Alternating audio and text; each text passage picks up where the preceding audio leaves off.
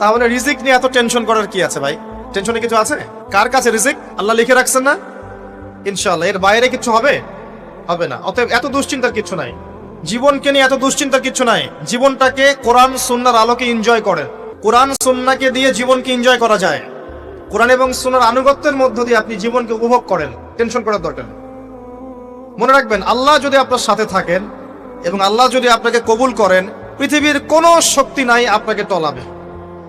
পৃথিবীর কোনো শক্তি নাই, পৃথিবীর সমস্ত শক্তি একত্রিত হয়ে আপনার চুল বাঁকা করতে পারবে না, যদি আল্লাহ আপনার সাথে থাকে। আর যদি আল্লাহ আপনার সাথে না থাকে, আইওয়াস শোডাউন দিয়ে কোনো লাভ হবে না, কেউ আপনাকে বাঁচাতে পারবে। অতএব আল্লাহকে আপন করে নেন, যার যার হক তাকে তাকে দেন, নিজের হক আল্লাহর কাছে চেয়ে নেন, ইনশাআল্লাহ আপনি সুখে থাকবেন। এর আগে আল্লাহ পাক একা ছিলেন, আর কিচ্ছু ছিল না। হুয়াল আউয়াল ওয়াল আখির ওয়াজ যাহির ওয়াল বাতিন ওয়া হুয়া বিকুল্লি শাইইন আলিম, সূরা হাদীদ।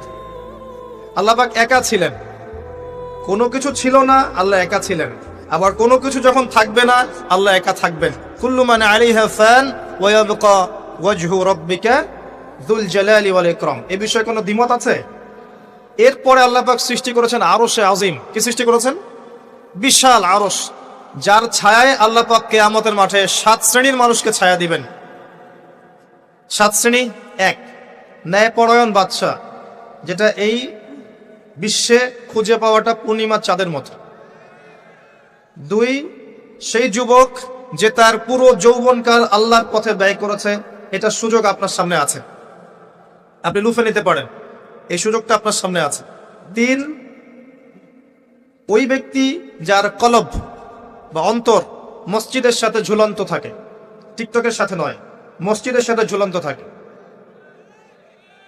এখনকার যুব সমাজের অন্তর অনলাইনে ঝুলন্ত থাকে, দেখবেন। 4, ওই দুই ব্যক্তি, যেই দুই ব্যক্তি পরস্পরকে শুধুমাত্র আল্লাহর জন্য ভালোবাসে। এখানে বয়ফ্রেন্ড গার্লফ্রেন্ড সম্পর্ক বোঝানো হয়নি। এই দুনিয়ার স্বার্থে জর্জরিত ভালোবাসার বাইরেও ডিভাইন একটা ভালোবাসা আছে, সেটা হচ্ছে আল্লাহর জন্য ভালোবাসা। আর যখন আপনি কাউকে আল্লাহর জন্য ভালোবাসবেন, তখন আপনি কষ্ট পাবেন না ইনশাআল্লাহ। যখন আপনি ভালোবাসার মানুষের কাছে কিছু প্রত্যাশা করবেন, তখন আপনি কষ্ট পাবেন পদে পদে। আল্লাহর জন্য ভালোবাসেন মানুষকে, আপনি কষ্ট পাবেন না ইনশাআল্লাহ। দুই ব্যক্তি যারা পরস্পরকে আল্লাহর জন্য ভালোবাসে, আরো সে ছায়া ছায়া পাবে। 5, ওই যুবক যাকে কোনো সুন্দরী নারী আহ্বান করেছে জেনার জন্য, কিন্তু সেই যুবক বলেছে আমি আল্লাহকে ভয় করি, যেটা এই জেনারেশনের মধ্যে খুঁজে পাওয়া দুষ্কর। বরং তারা উল্টা প্রত্যাশায় থাকে যে কখন কোনো মেয়ে আমাকে প্রপোজ করবে। তারা ইউসুফ নয় আলাইহিস সালাম। 6, ওই ব্যক্তি যার ডান হাত কি দান করছে, বাম হাত খবর রাখে না। ডান হাত কি দান করছে, বাম হাত খবর রাখে না। আমাদের মতো নয় যে অল্প কিছু দান করেই দানবীর টাইটেল লাগিয়ে মানুষের দুয়ারে দুয়ারে যাচ্ছি সাপোর্টের জন্য, এমন নয়।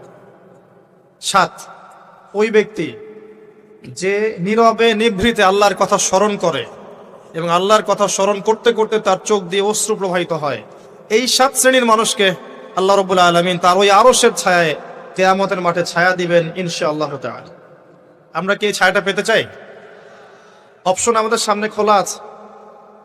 আমরা কিন্তু ওই যুবক হতে পারি, ওই দুই ব্যক্তি হতে পারি, ওই ব্যক্তি হতে পারি যে মসজিদের সাথে সম্পর্ক রাখে, গোপনে দান করতে পারি, রাতে নিভৃত আল্লাহর জন্য কাঁদতেও পারি না? সব সুযোগ আমাদের সামনে আছে।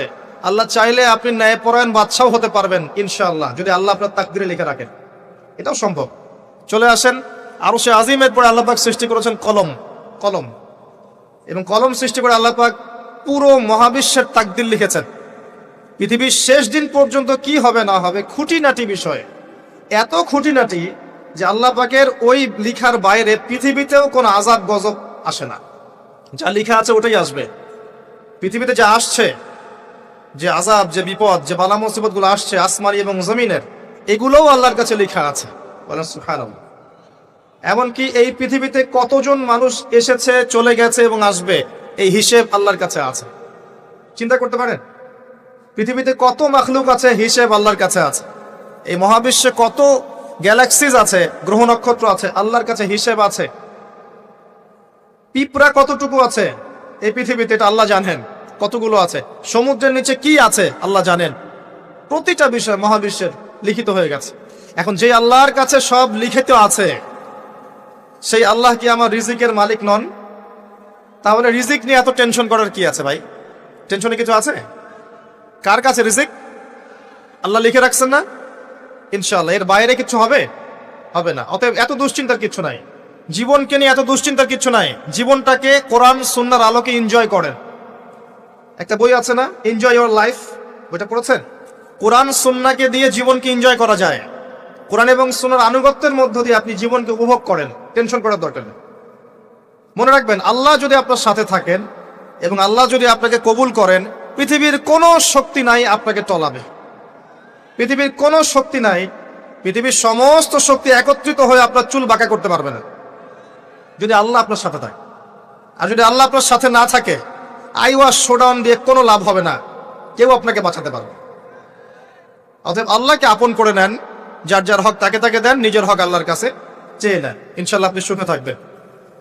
তাকদীর